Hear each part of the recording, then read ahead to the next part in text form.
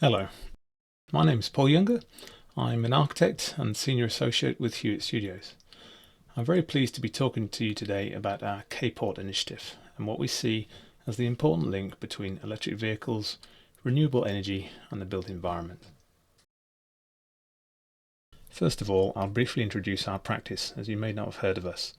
Hewitt Studios are a multidisciplinary design studio specialising in sustainable urban design, architecture and energy.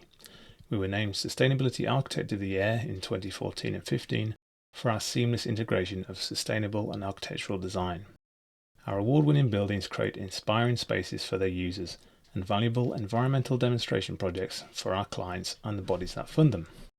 This image is the SGS Berkeley Green Renewable Technology Centre. It's the home of the Bloodhound LSR zero-emissions hydrogen rocket car, and it's soon to have a 100 kilowatt BIPV facade installed. It's a perfect example of what we do. You still might be asking, why is an architect and urban designer talking to me about EV and renewables? Believe me, I've asked myself the same question. Surely this is an energy issue or a transport issue? Certainly it looks like future transport will be electrified. It will create significant energy demand and it will only deliver on its low carbon, low pollution promise by using renewable power. An EV has the potential to add much needed flexibility to grid systems and to become an important source of storage and load balancing for variable sources of renewable electricity. But we'd also suggest that the issue is much wider than this, that we stand on the brink of a fundamental change to our energy and transport infrastructure and therefore to our urban fabric. This shift to EV and renewables represents the most significant impact on the way our cities work since the post-war road building boom. And as we are still undoing the costly mistakes of the 50s and 60s in our city centres today, we need to ensure that future generations are not faced with similar problems. Technology itself will not provide all the answers to the electrification challenge. It's also about people and about places.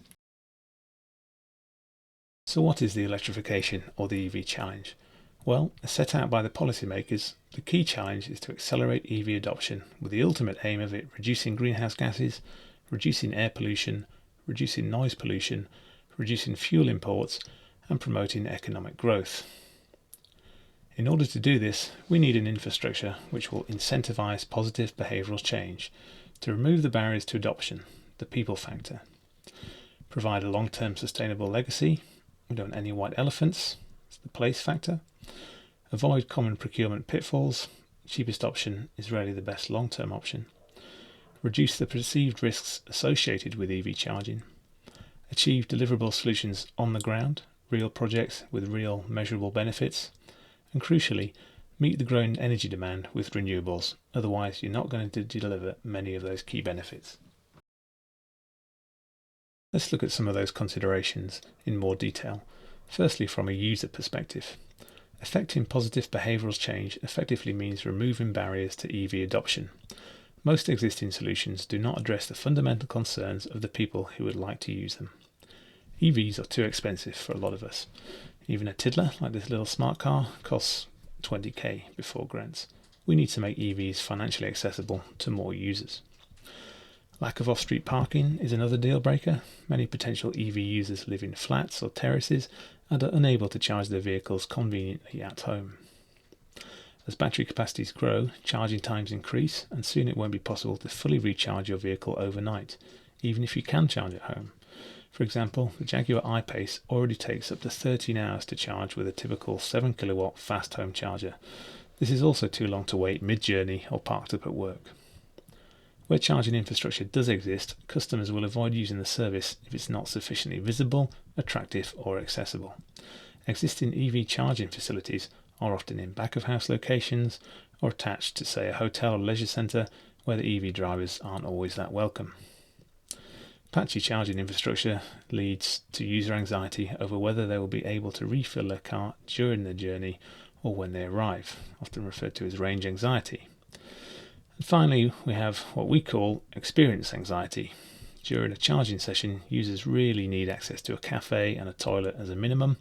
We'd also argue that they need a high quality environment to encourage the positive aspirational associations that EV needs to become widely adopted. From a provider perspective, the public liability issues associated with providing EV infrastructure, such as trailing cables, exposed electrical connections, and poor lighting, make EV charging a risky proposition, especially on a public street, at night, or in the rain.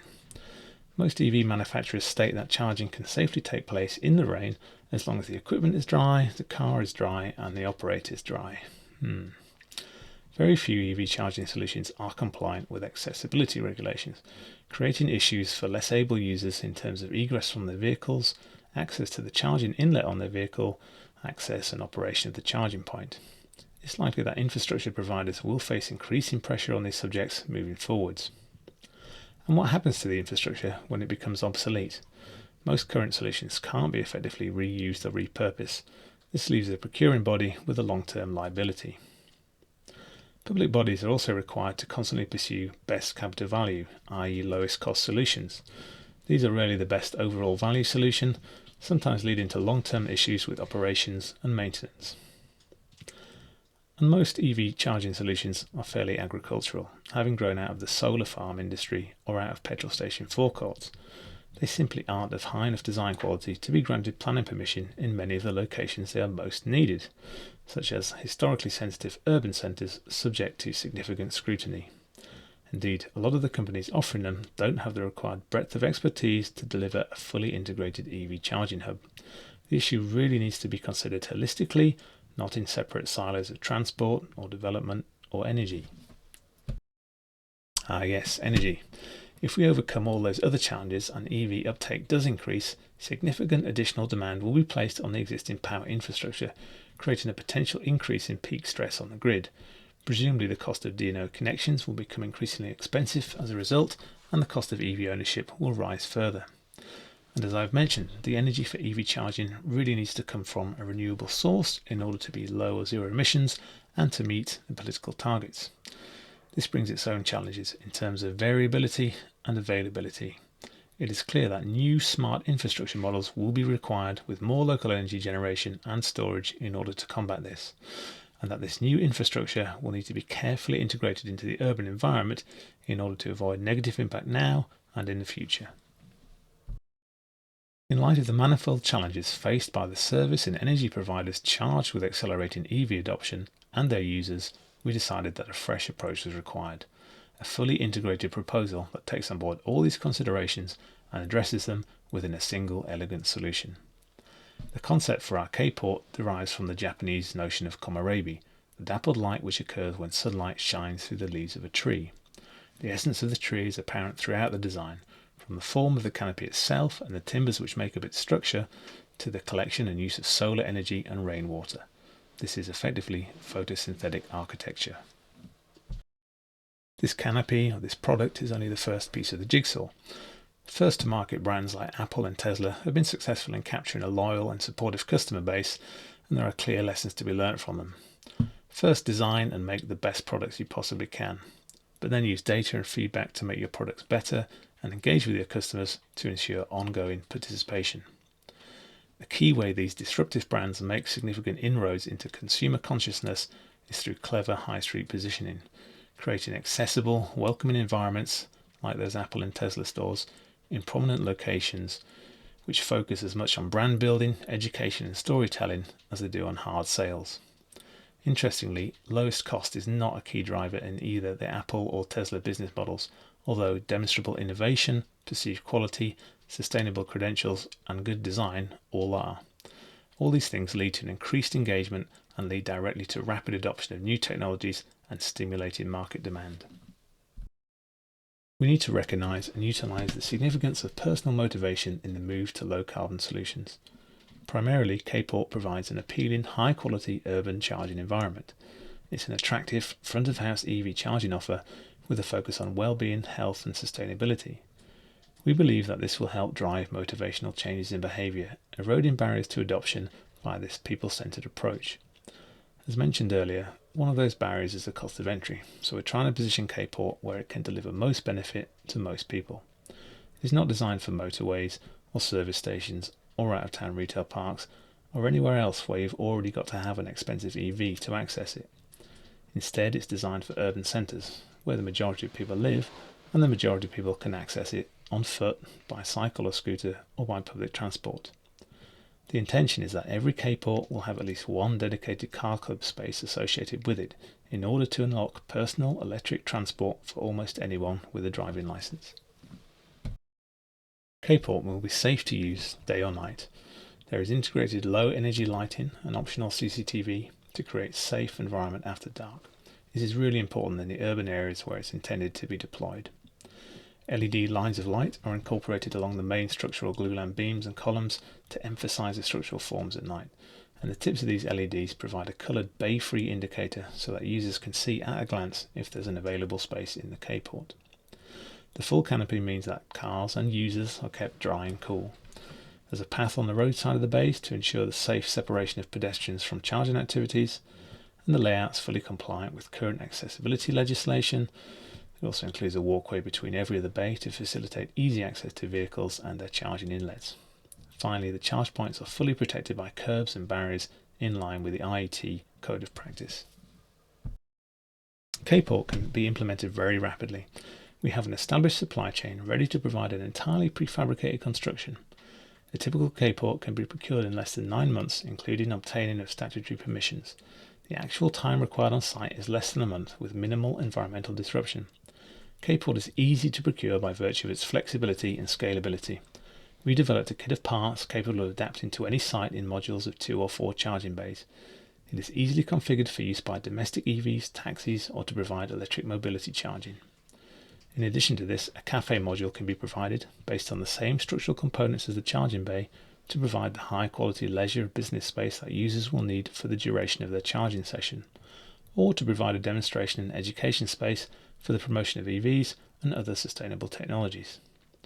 Crucially, the modularity of components means that there are economies of scale to be had and that costs are comparable with conventional construction technologies, but obviously a lot quicker, more flexible and more sustainable.